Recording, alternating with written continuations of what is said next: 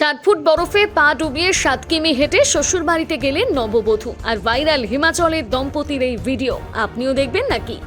বিয়ের দিন তো অনেক আগেই পাকা হয়েছিল, কনে বাড়ির লোকেরা অপেক্ষা করছিল বরের জন্য।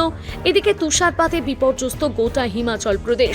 3 থেকে 4 ফুট গভীর তুষারপাত, অধিকাংশ রাস্তাই বন্ধ। এই অবস্থায় নববধূর কথা ভেবে প্রবল তুষারপাতের মধ্যে 7 কিলোমিটার হেঁটে কনের বাড়িতে গেলেন বর। বিয়ের পর দুর্যোগ উপেক্ষা করে একই পথে ফিরলেন বর কনে। সোশ্যাল মিডিয়ায় ভাইরাল হয়েছে সেই ভিডিও। গত কিছুদিন ধরে প্রকৃতির রোষে ভারতের হিমালয়ের কোলের রাজ্যগুলো হাড় হিম করা শীতের মধ্যে চলছে লাগাতার তুষারপাত। এদিকে এই সময়টায় থাকে বিয়ের তিথিলগ্ন। এক্স হ্যান্ডেলে দ্য মডার্ন এইচপি নামের একটা অ্যাকাউন্টে পোস্ট করা হয়েছে এই ভিডিওটি। আর সেই ভিডিওতে দেখা গিয়েছে জাঁকজমকহীন ছোটখাটো বরযাত্রী।